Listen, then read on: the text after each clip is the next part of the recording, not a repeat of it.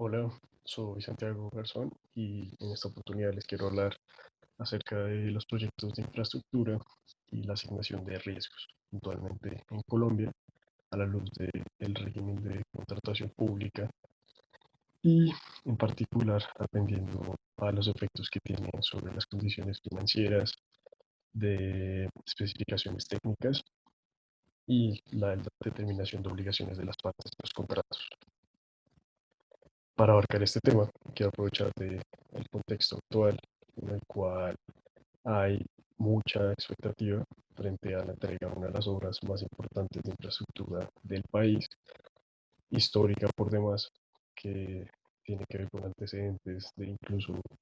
de siglos anteriores, en los cuales siempre había un esfuerzo por cruzar la cordillera central para poder comunicar las zonas portuarias del país con la capital. En ese esfuerzo, pues, se han implementado obras para conectar, para atravesar esta cordillera y pues el hito de esas obras es el que pretende atravesar el Alto de la Línea por su difícil litoral se ha traducido en muchos accidentes, costos excesivos para el transporte de mercancías al distrito capital desde puertos como Buenaventura y que en definitiva en el imaginario de los colombianos tiene mucho que ver con una obra que se ha extendido más de lo que se debió haber extendido,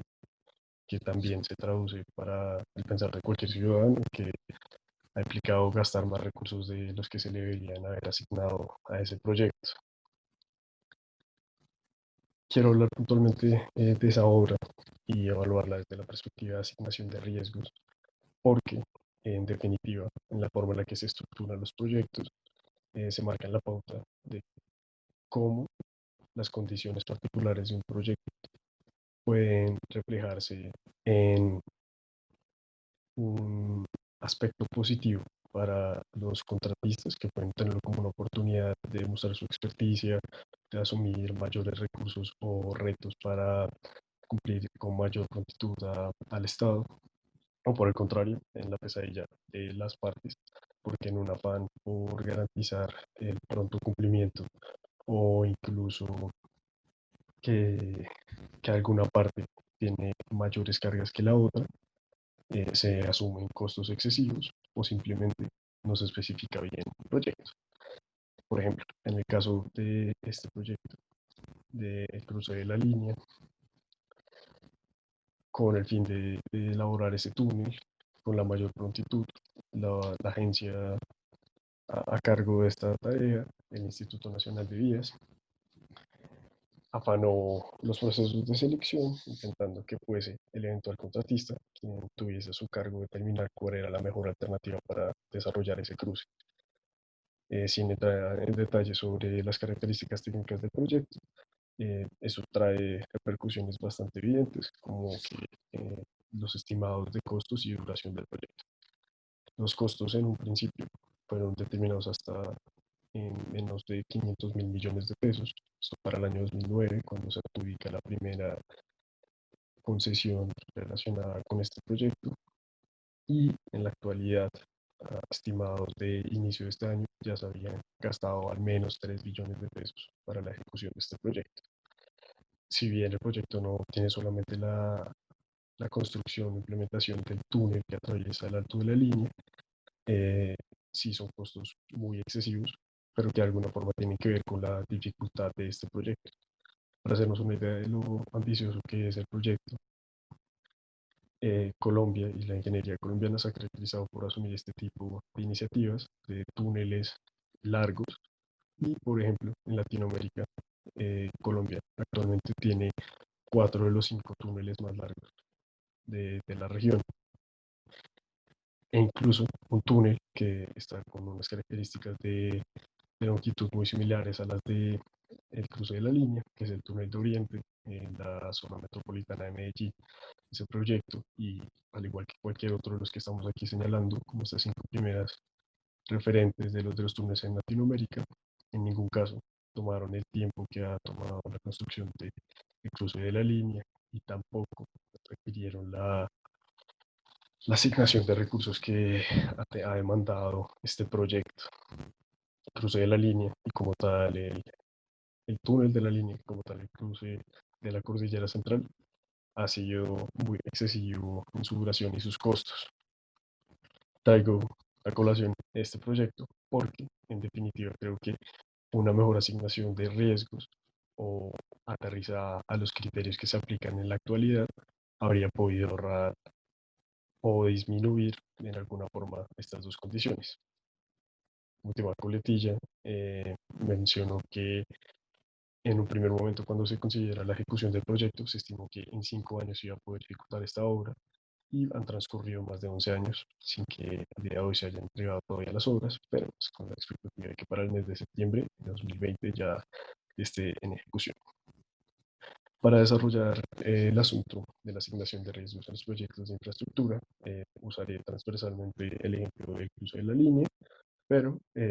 desarrollaré puntualmente el origen del deber de asignar riesgos en la legislación colombiana,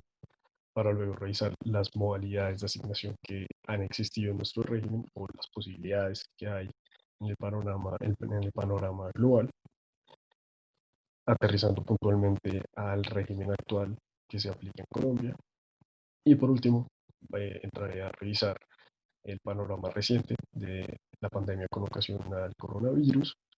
para verificar si coincide con las características de un riesgo y cómo puede ser evaluado para ser actualmente asignado por entidades públicas. En un primer escenario, vamos a revisar cuál es el origen del deber de asignar los riesgos. La regulación de la contratación estatal tiene por estatuto general la Ley 80. Esta ley se caracteriza por ser un estatuto general que no entra a especificar la minucia de la contratación estatal con la expectativa de que sean las entidades públicas a través de sus manuales de contratación e incluso las condiciones específicas de la elección de sus procesos y los contratos que celebra con sus contratistas, quienes determinen la minucia de cómo contrata el Estado. Quizás, como ocasiona esa característica de nuestro estatuto, eh, la ley omite ciertas características y de alguna forma pues, se puede entender que determinó que la asignación de riesgos fuese un asunto de discreción de las entidades en la ejecución de su labor contractual. Eh, Puntualmente, el efecto que tiene que no haya sido evaluado o desarrollado esto en la ley 80 es que se entendió para las entidades y en su ejercicio que los riesgos eran inherentes a la contratación y que por ende eh, y por costumbre, en búsqueda de un beneficio mayor de las entidades y el aprovechamiento de sus recursos, se le debían asignar al contratista. Esto sin un fundamento en una disposición reglamentaria, sino que yendo un poco más allá, como de forma constitucionaria, en la aplicación de los contratos las minutas que definían las entidades públicas y los contratos que éstas celebraban para la ejecución de proyectos de infraestructura. El ejemplo más claro y la única mención que hace la ley 80 como para dar esa pauta que regieron a las entidades es el contrato de concesión como una modalidad de contrato estatal que en su artículo 32 estableció que es un contrato que se ejecuta a cuenta y riesgo del contratista para la implementación de determinado servicio o bien. Esta modalidad fue ampliamente utilizada y lo es aún todavía para la ejecución de obras de infraestructura y proyectos de infraestructura, razón por la cual se sobreentiende que de alguna forma las entidades han asumido el modelo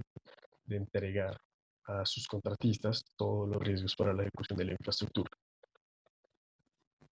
En desarrollo de esa precaria noción que ofrecía la Ley 80 con la definición de la concesión, en el 2007 el legislador establece la Ley 1150 que genera el deber a cargo de las entidades de incluir en sus estudios previos y también en sus procesos de selección la estimación, la tipificación y asignación de los riesgos previsibles involucrados a la contratación. Con esa definición, con ese deber, la forma en la que lo formula, eh, ya retira de las entidades el afán por establecer las condiciones imprevisibles para dejar esto a la esfera de, para dejar eso a la esfera de la materia de contratación civil y comercial, que lo establece con las cargas de la teoría de la imprevisibilidad y eh, pone el ejercicio de que se evalúe lo que se estima puede suceder para que con ocasión a ese ejercicio se establezca quién debe correr con los cargos de ese eventual riesgo. Sin embargo, para el 2007, con esta ley, no se definió claramente cuáles eran los riesgos y cuáles son las tareas que tienen las entidades para su evaluación y asignación. Simplemente se estableció el deber de evaluar los riesgos y era el ejercicio de las entidades el que iba a desarrollar el alcance que tenían y la forma en la que deberían ser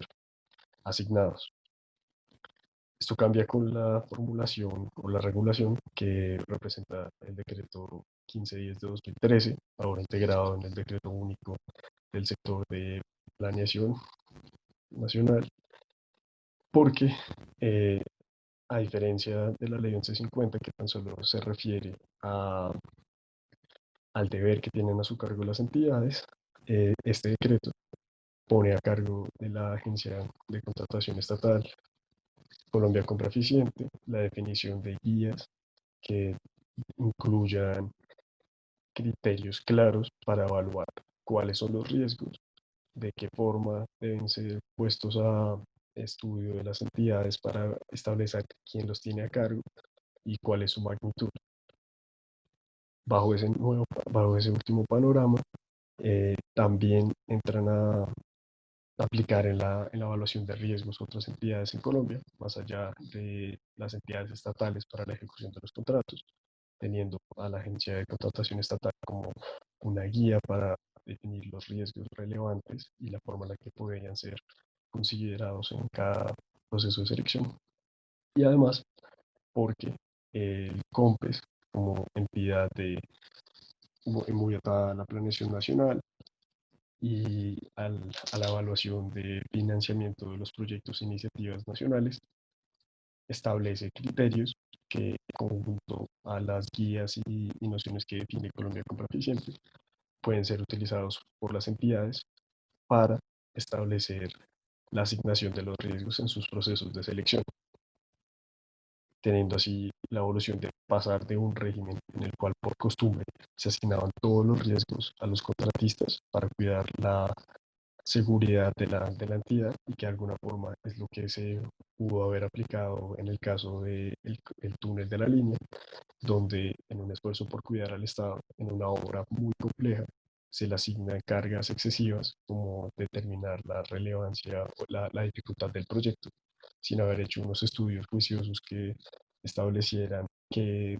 tanto podía extenderse la obra, qué tan difícil era la, la geografía como tal de los espacios a taladrar